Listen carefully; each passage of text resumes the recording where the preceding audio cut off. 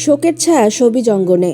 Vote দিয়ে বাড়ি ফেরার কিছুক্ষণ পরই না ফেরার দেশে চলে গেলেন ছোট পর্দার জনপ্রিয় অভিনেতা তিনু করিম। ইন্না লিল্লাহি অইন্না ইলাইহি রাজিউন। বৃহস্পতিবার 12 ফেব্রুয়ারি বরিশালের নিজ বাড়িতে হৃদরোগে আক্রান্ত হয়ে তিনি শেষ নিঃশ্বাস ত্যাগ করেন। অভিনয় শিল্পী সংঘের সাধারণ সম্পাদক রাশেদ মামুন অপু জানান, তিনু করিম আজ সকালে ভোট দিতে কেন্দ্রে গিয়েছিলেন। ভোট দিয়ে বাড়ি ফেরার পরই তিনি অসুস্থ বোধ করেন। দ্রুত হাসপাতালে নেওয়া হলে চিকিৎসকরা তাকে মৃত ঘোষণা করেন। অপু বলেন, সে পুরোপুরি সুস্থ হয়ে বরিশাল গিয়েছিল। গলার সমস্যার কারণে কথা বলতে একটু কষ্ট হতো।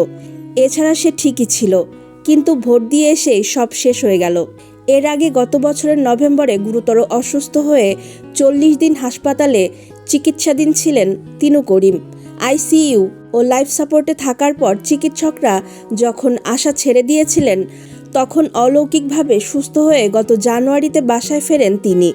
কিন্তু সেই সুস্থতা দীর্ঘস্থায়ী হলো না।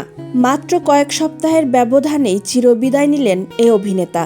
2000 সালে স্বাক্ষর নাটকের মাধ্যমে ক্যারিয়ার শুরু করা তিনু করিম 2 দশকেরও বেশি সময় ধরে অভিনয়ের সঙ্গে যুক্ত ছিলেন।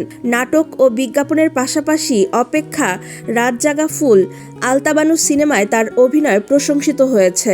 মৃত্যুকালে তিনি স্ত্রী হুমায়রা নওশিন ও 11 বছর বয়সী এক কন্যা সন্তান রেখে গেছেন।